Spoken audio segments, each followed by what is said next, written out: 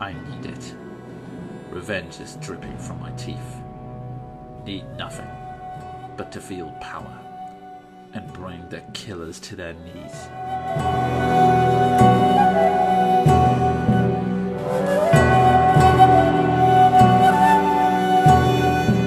The Ballad of GunSong, written by Sven The Crusader, read by the Jelly Monkey.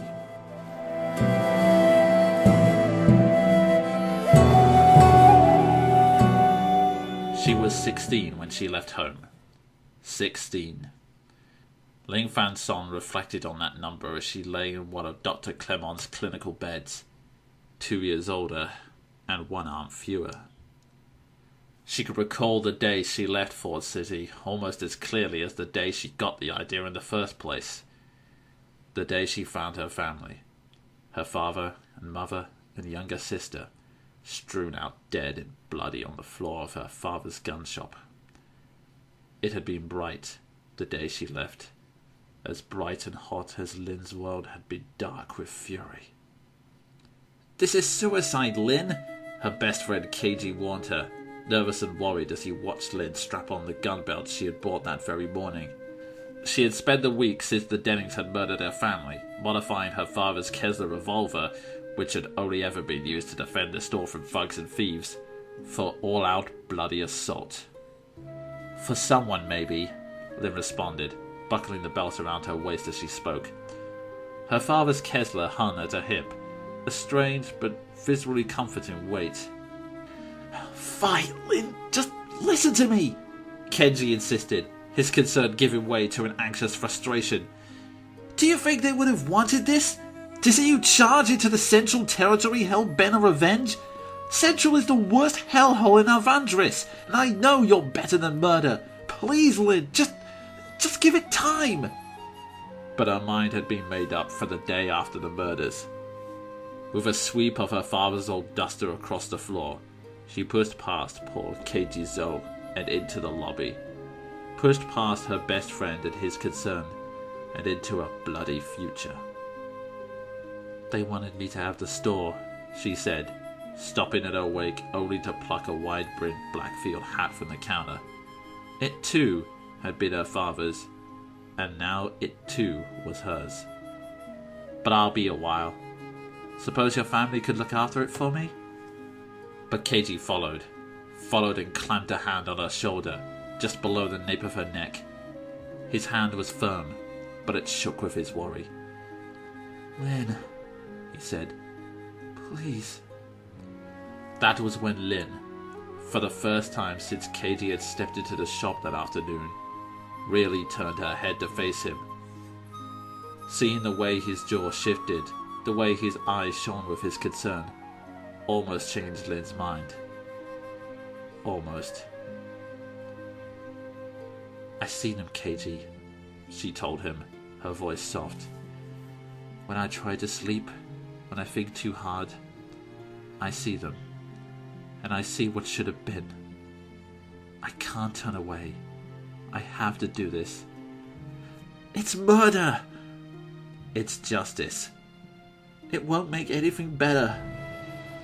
It might not. You might die, Lin."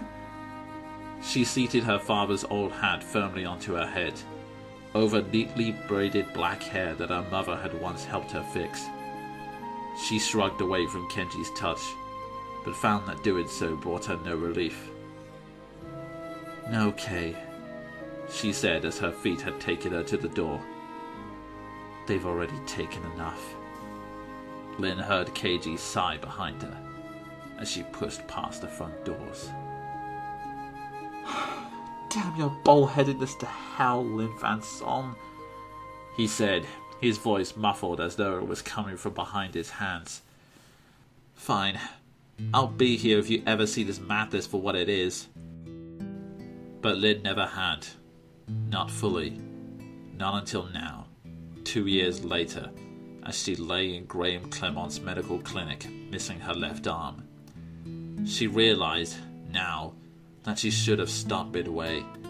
That she should have stopped when she was 17, and her conscience had just started to shout through her anger.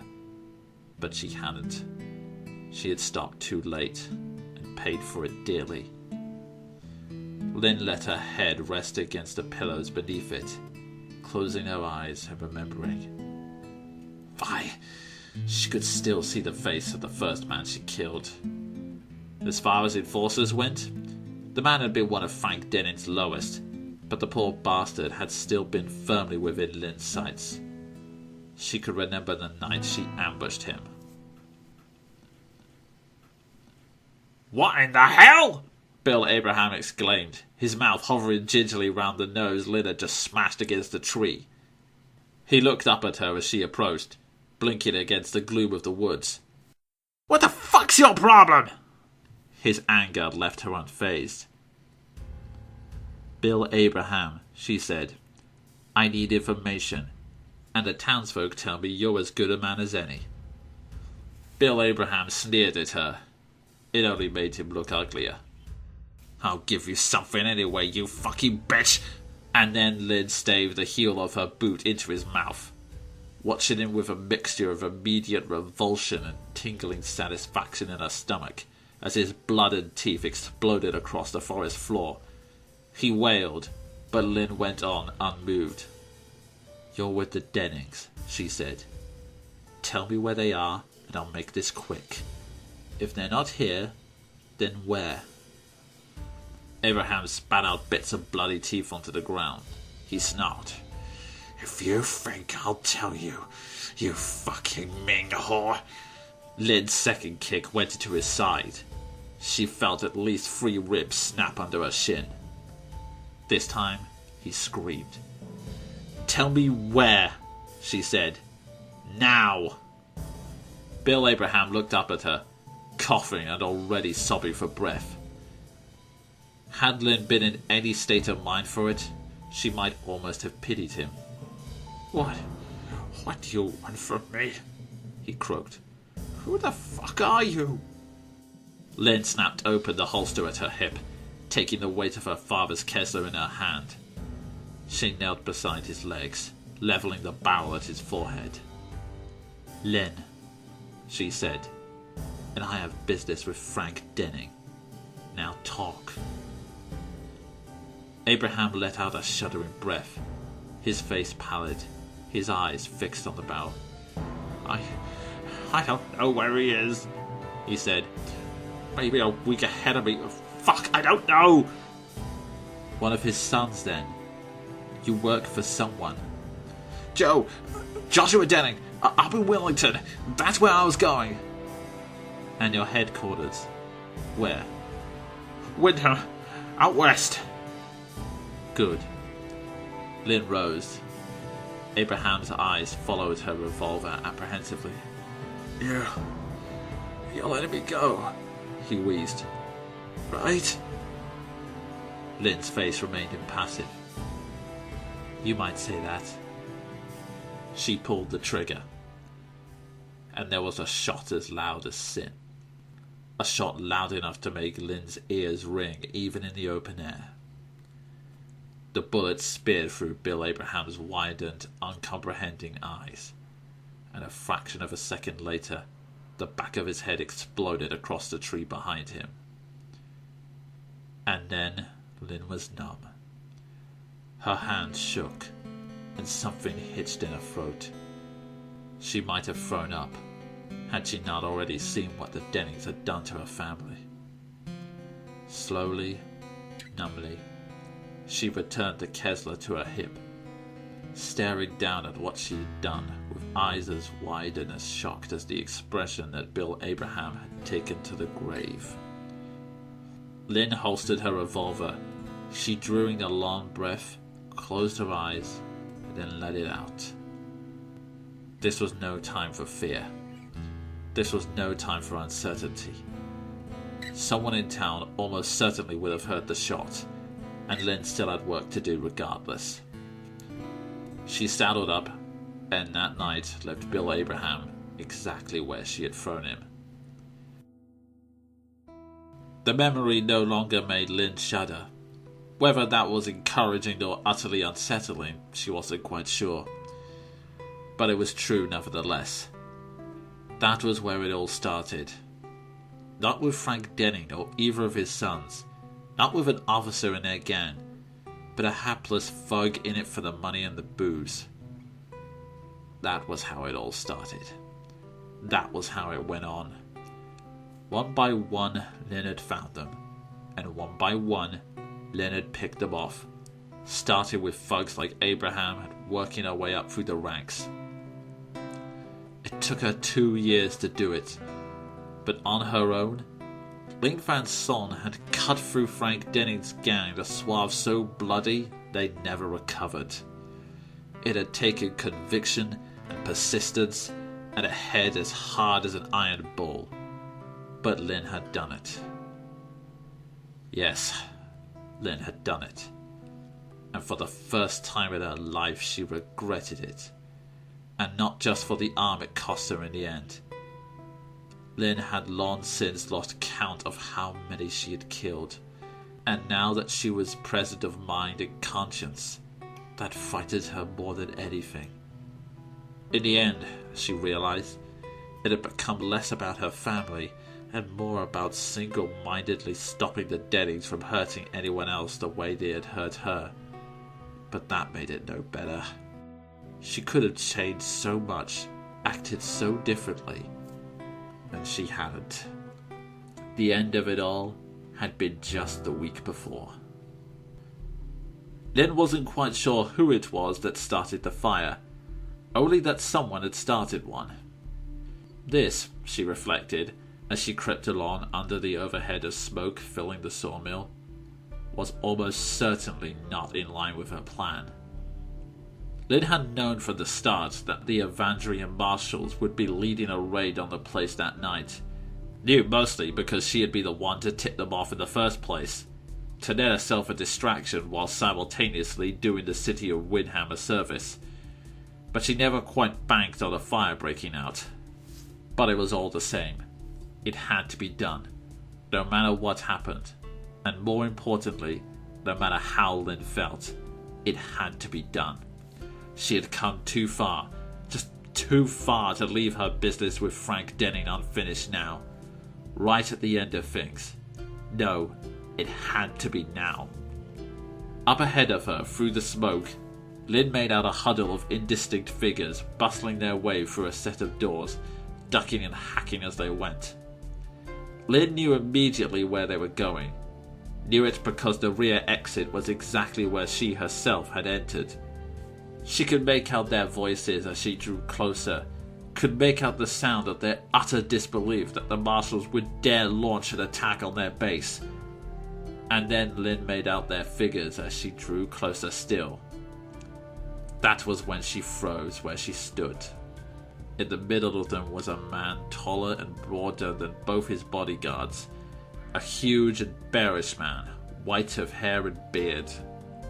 Lin's heart skipped one pulse. Him. That was him. How did they know we were here? She heard Frank Denning bark over the crackle of flames. Lin's hand held to the blackwood handle of her Kesler. Now, the din of the flames aided her, as none of the three could hear Lin drawing the revolver from its holster, nor could they see her aiming it. Get the men back to the rear and set up position.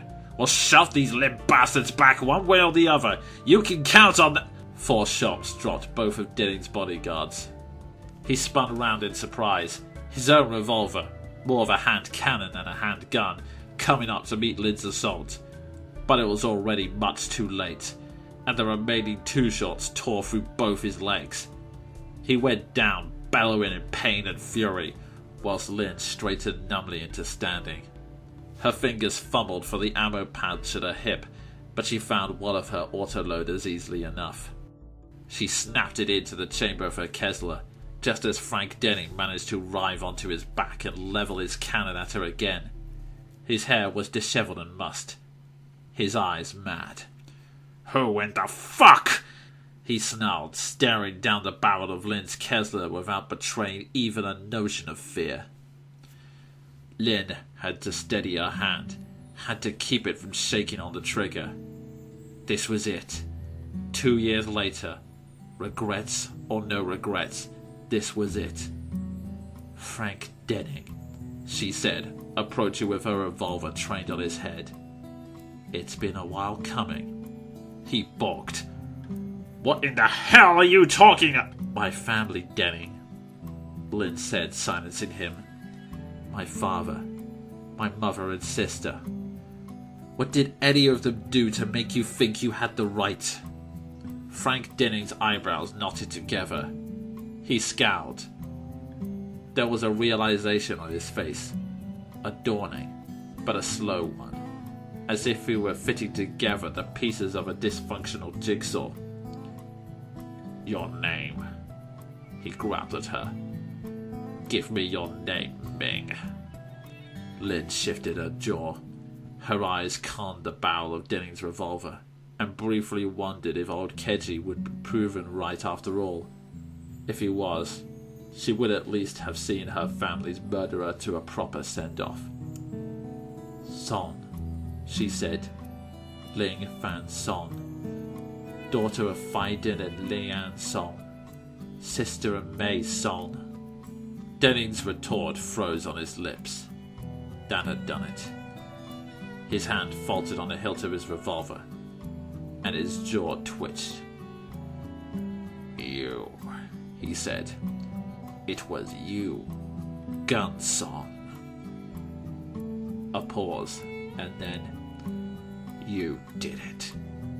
You killed my sons. And you stole my family, Lyd said. But even as she did, she felt her right hand tremble more severely around the handle and trigger. It was something in the way Denning had said it. She did not falter. She did not lower her gun. But she heard her voice shake as she went on. My father, my mother, my sister. Why, Denning? What did they do to you? Why? What did they do to deserve what you did to them? Denning let out a sardonic laugh. About as much as my sons did to you. Should have come after me from the start, you godless bitch, and saved us both the hassle. Lyn's chest tightened viciously. You're a monster, Denning. Nothing but a monster. And it won't happen again. By all the hells, I won't let it happen again. Frank Denning snorted, regarding Lyn with a sneer. He saw how she shook. Look at you, he said. Losing your nerve, GunSong. 50 of my men you've killed. And now you can't get up the spine to finish the job? Fucking shit on you. His gun was lowered, and for the briefest of moments, Lyn thought Frank Denning looked just as broken as she felt, as she had felt for the past 2 years. What was she doing? What had she done? Had anyone told her that either of Denning's sons were with him when he massacred her family? Had anyone told her that? Or had Lyn convinced herself of it when it came time to kill them? Now her grip on the Kessler faltered. Really faltered. And her bead on Frank Denning's forehead slipped slowly downwards.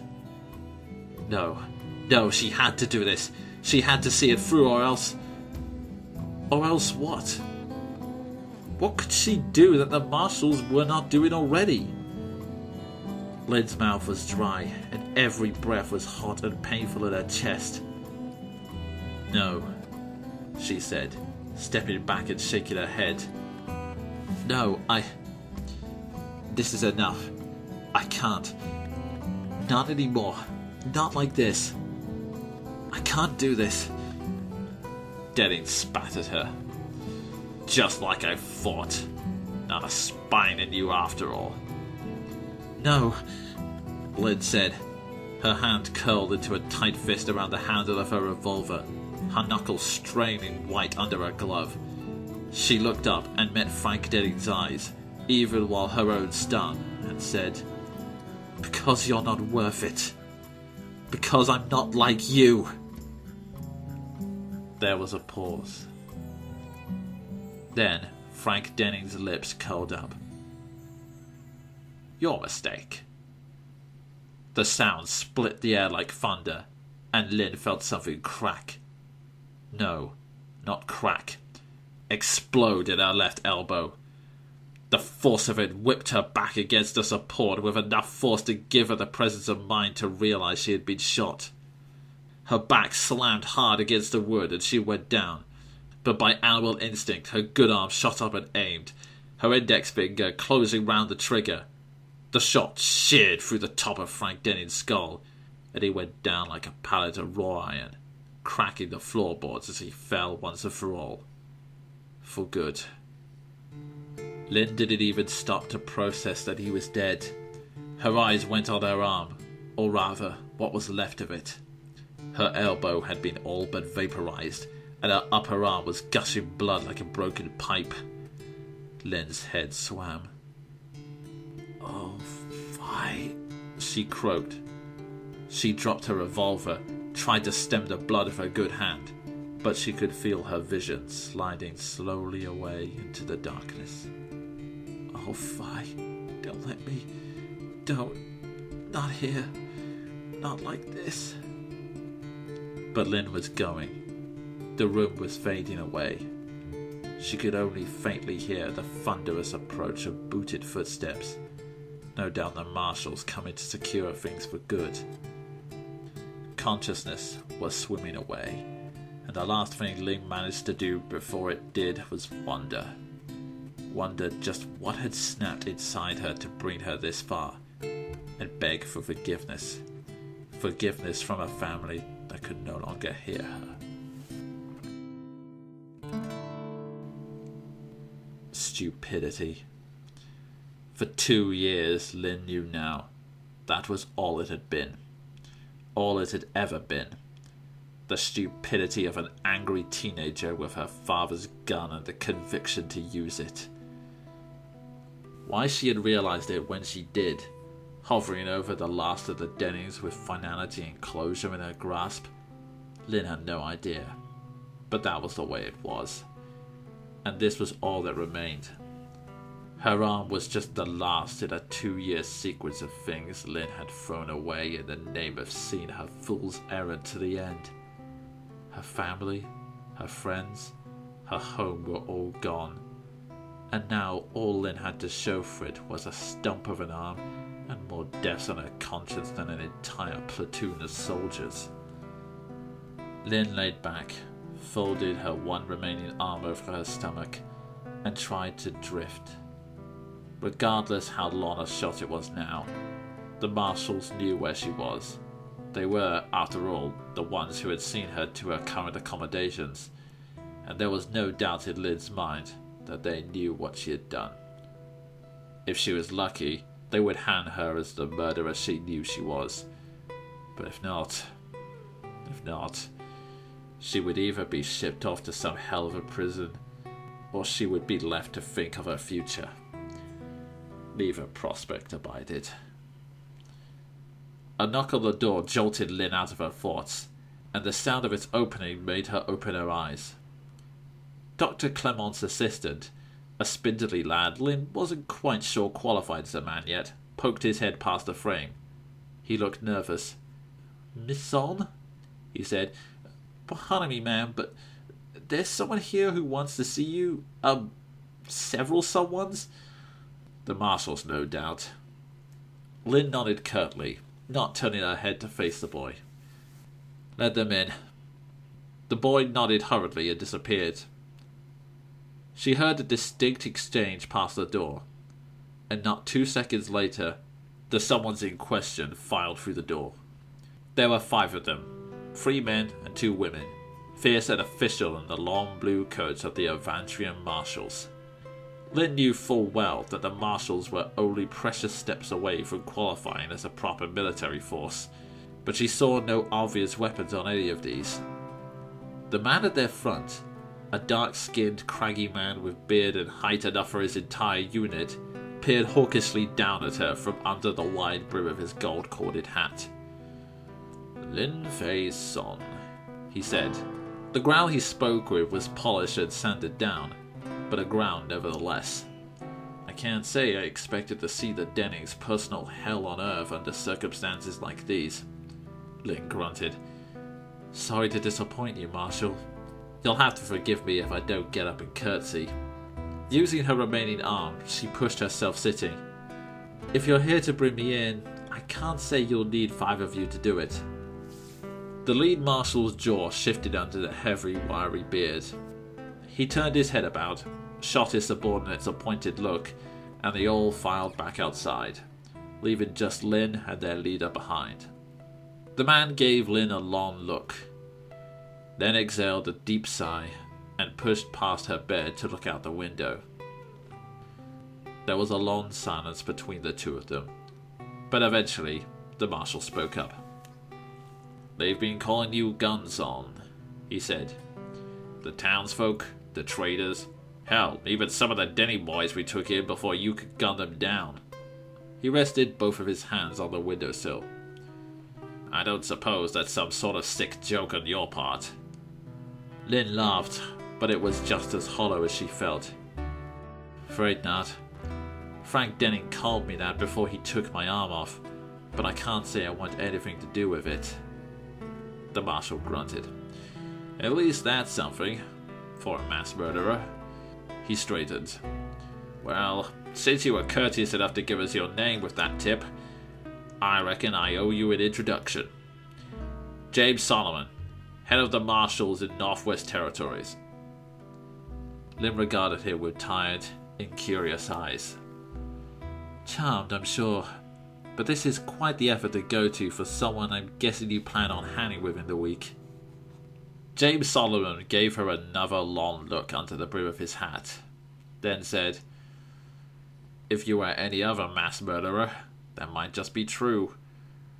He pushed away from the window and moved to stand at the foot of Lynn's bed. "But you're not. Not as far as I'm concerned, and not as far as Governor Ross is concerned." Lynn smiled humorously. "I'm afraid the two of you are going it alone on that assessment." Solomon peered down at her. "Don't mistake me here, Sol. 52 men dead say you're still a mass murderer, and I'm inclined to agree." He turned, clasped both hands down on the footboard of Lynn's bed, and faced her fully. "But whatever you did to them, and however you did it, it still had an effect. I don't know how much attention you've been paying to the trail, Son, but I'd be selling you short if I told you things hadn't been better with the Dennings dying off. The roads east are safer and cheaper, and the traders can afford better protection. Families in the cities are sleeping sounder at night. Hell, any of the Denny boys who missed or passed over, we could finally find them and drag them in." He shifted his jaw. "Speaking legally, Son, you're as much an outlaw as they were. But as much as I hate to admit it to you, you've done more in 2 years than the whole marshal service has done in the last 10. Lynn regarded James Solomon incredulously. She couldn't. No, she didn't dare to believe her ears. She was a murderer. She knew that. She was a violent and bloody mass murderer, something which she had accepted long ago. Was this man, this marshal, talking to her like that was a good thing? Like it was some kind of blessing? "With all due respect, Marshal, I'm not the hero you make me sound like," she said. "It was revenge. That was all. Frank Denning left my family dead in our home, so I left him in his." Something twisted in Lynn's stomach to admit it. "It's not something I'm proud of, and not something any marshal ought to be praising. I'm no hero. Just..." She took a long breath and let it out, clearing a hitch in her throat that she hadn't quite realized was there. "Fie. Just an idiot kid who couldn't let her family rest without a fight." Lynn looked up and saw James Solomon regarding her from above with eyes which she saw now had softened considerably. "Maybe," he said, "and maybe there's nothing I can say to change your mind. But if it helps you at all, I think you saved more families than you realized from going through the same thing you did." He sighed, reached up, and took off the gold-trimmed blue hat he wore. His hair was as brutally short as his features were brutally craggy. "And that's exactly why I'm here, Ling Fan Song. Because I want you to save a lot more." Lynn blinked. That was enough to surprise her, however briefly, out of her own misery. I'm sorry? It's like it sounds, Solomon said. To tell you the truth, we need anyone, but especially someone like you. Whether you like it or not, you've been better at this than most of my people and most of the bounty hunters in Avandris combined. We need someone like you, Son. The Central Territory needs someone like you. Lynn's breath stopped in her chest. There was a rush of emotion in her head. Apprehension, disbelief, and even hope. That was almost enough to make Lynn forget, even if only briefly, the loss of her arm. She shook her head. This was sudden. Jarringly, boldly sudden. I don't know what to tell you, Marshal, she admitted, looking up to meet his gaze again. But if you're asking me to kill for you, the answer is no. I'm done with killing, no matter what it's for. Then don't, Solomon responded. I don't need killers, Son. I need peacekeepers. How you do it is up to you, just so long as you do it as well as you've been doing. He fixed his hat on his head again. If it helps your decision any, you'd be paid. Technically, I would have you working in my custody, but Governor Ross and I have already worked out the details. You would receive a monthly income for basics, plus whatever bounties you brought in. We would also be willing to set you up in one of the city's apartments, since I get the feeling you'll need one. He folded both massive arms over his chest. Will that do it? Lynn let out a breathless, disbelieving laugh. There was a giddy buzz in her head, and now the dark clouds that had been the question of her future seemed a bit clearer over her head. She didn't relish the thought of hurting anyone, not anymore, but the thought of helping the Marshals, of making things better in Central, overmastered that part of her. She could do this. She knew she could. And she could do it right. Lynn couldn't take back the lives she had already ended, but she could at least make things better for someone else. I think it will, Lynn said. I think it just will. She glanced down at the stump of her arm, tied up in the sleeve of the nightshirt she'd been given, then nodded her head to it. I won't lie, though. This might make things a bit harder. Solomon tipped the brim of his hat. Leave that to me. He moved round the side of the bed and offered her a single, huge, leather-gloved hand. Lynn took it and shook gladly. Welcome aboard, Son. That was when the door opened behind him. Dr. Graham Clemont's face peered in, thin and beakly, and obscured partially by tinted spectacles, followed by the rest of him. Perhaps I should remind you that my patients need rest, Marshal Solomon, he remarked, his tone bizarrely akin to that of an unamused schoolteacher. Lynn considered reminding him that Solomon was both a marshal and twice as wide as he was, but she suspected Clemens already knew. Solomon drew back and straightened willingly enough regardless. Sorry, Doctor, he said, moving away from the bed again with heavy footfalls. We had business. You can put her down for that prototype. Clement's eyebrows rose just as Lynn's did, though by the look of him she had a feeling his reaction was more out of childlike excitement. She said, Prototype? Solomon pulled a pair of black spectacles from one of his coat pockets and slid them over his nose. He then looked back at her and answered, You did say you needed to work around that arm. And then the penny dropped. Of course.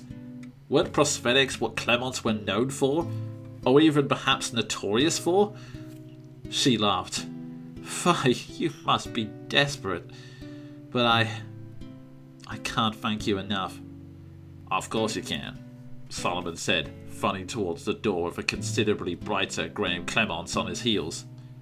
He stopped, almost thoughtfully, causing the doctor behind him to plant face first into his back.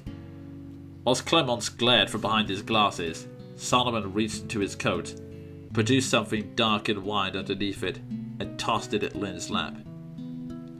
Here, found it in the sawmill. Got a feeling you'll need it. He left, but Lynn didn't watch him go. Her eyes were focused on what Solomon had thrown her. There, in her lap, was her father's old black hat. This time, Lynn Van Son really felt herself smile. The day Lynn returned to Ford City was just as bright as hot as the day she left.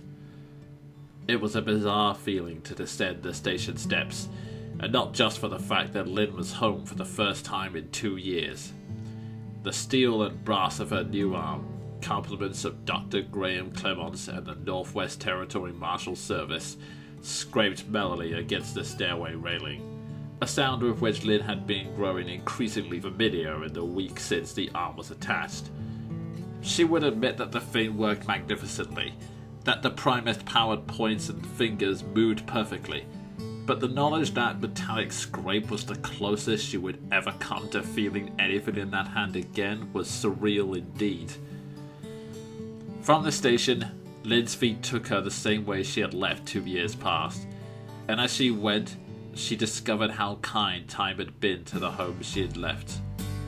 A great clock tower of brass and limestone stretched over the financial district, over buildings that looked brighter, businesses that looked more alive than ever. An absent smile touched the corners of Lynn's mouth, and she thought, at least someone kept moving. The gun shop was exactly where she had left it. The sign still read Son's Guns and Ammo, despite her family being long gone, and despite who Lynn was quite sure was still running the place.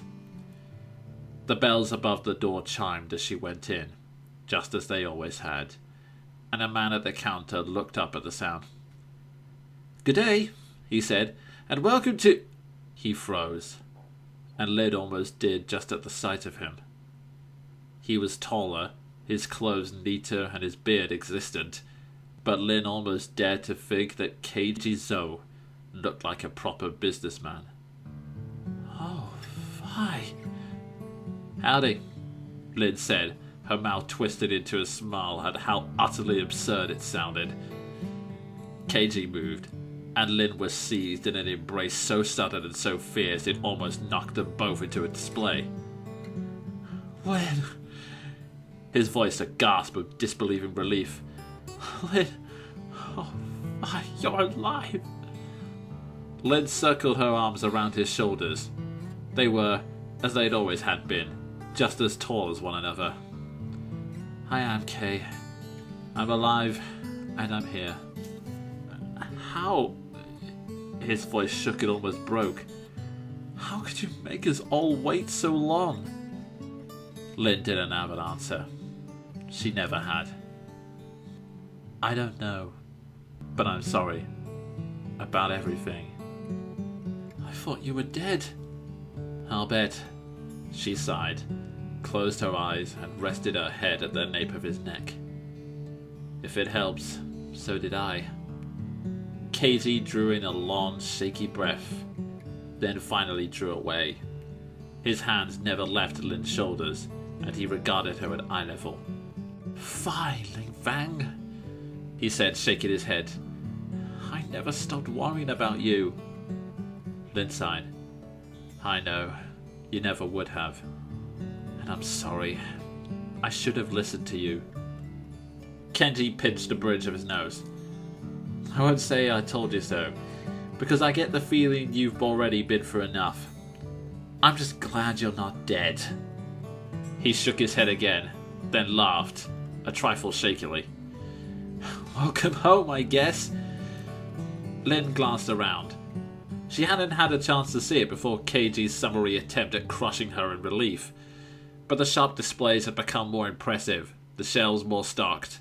Her smile returned. "I'm glad to be back," she said. "I left things in capable hands." It was KG who smiled this time, and Lynn could see the pride in it. "You approve then?" he said, at last breaking away. "I'm glad. After all, this place is still technically yours. Lynn shook her head. No, Kay.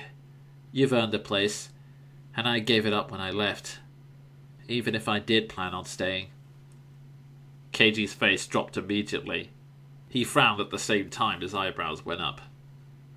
You'll leave it again? He said. Why? Lynn opened her mouth to reply, then closed it again almost immediately. It was her turn to frown. It's a long story, she said. We'll want to sit. KG sighed and rubbed his eyes with one hand.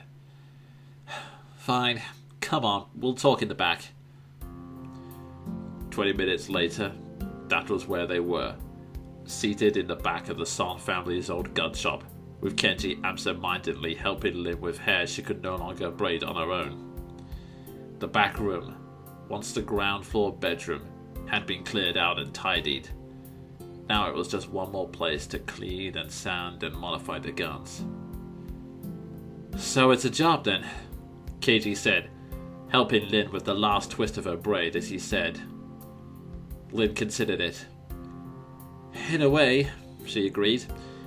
I get the feeling it's just as much a job as it is a sentence. But after everything I've done... She shook her head. It's an opportunity, Kay. It's something for me to do. And after everything I've done, I think it's something I have to do. I want to stay here for good, but right now, I can't. There was a long silence. KG tied off Lynn's braid with a strip of red cloth, and he did not immediately speak. Then at long last he sighed. I understand, he said. Lynn looked at him, only a touch surprised. At least, I think I do. No one would blame you for what you did to the Dennings. I don't. I mean, no matter what I think of it. But if you think you need penance or atonement or whatever it is, I think I understand. Lynn smiled and let out a breath. And here I thought you would hate me. Katie laughed softly. I don't think I ever could. He paused, looked down, and hesitated only briefly. What happened to your hand? Lynn sighed and looked away. I wasn't sure you'd notice. Katie shook his head. I did as soon as you walked in, but I wasn't sure it was my business anymore. Of course it was, Lynn said. Frank Denning got the last laugh after all. Fie, Lynn, I'm sorry. Don't be. She regarded her hand idly, absently flexing the thin steel fingers. It's strange, but it works. My new boss, I guess the term would be, covered the cost. He saved my life, Kay. Then saved my arm. I reckon I still owe him quite a lot. Whatever you owe him, I'm glad he was there, KG said. His hand was on her other shoulder. I still can't say I'm happy you're up and left, but I hate to see you hurt. Lynn smiled and touched his hand with her metal one. She was happy she could, even if she couldn't feel it when she did. Thanks, Kay. KG stood up from the seat he had taken behind her own and moved across the room. He leaned forward against one of his workbenches, idly drumming his fingers on the surface. So, these marshals, he started, looking at Lynn over his shoulder. They're paying for your new equipment, you said. Lynn stood up and replaced her hat atop her head. It felt right with her braid in place. That's right. I lost Dad's Kessler at the same time I lost my arm. I'll need a new revolver, at least, and I think one of the new lever rifles on the side.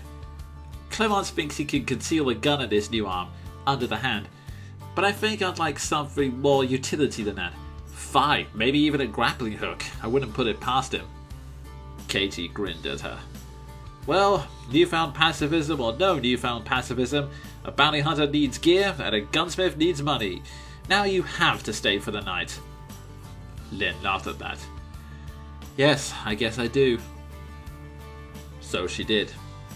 And so she left for the station the next morning with her new gear in hand. The revolver was hefty, even more than the Kessler, and her new rifle was a heavy weight on her back, but that suited Lynn just fine.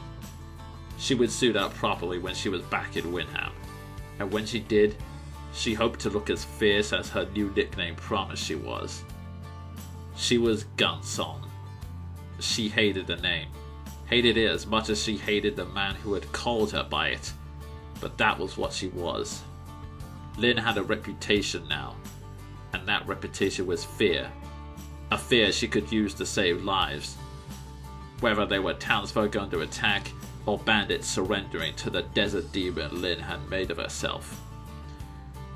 It was bright the day she left, as bright and hot as her heart was light with the hope of atonement. Ling Fan Son was 18 when the wind sang the Ballad of GunSong. Ling Fan Son was 18 when she threw aside her hatred, threw it aside and started anew. She was 18 when she left home.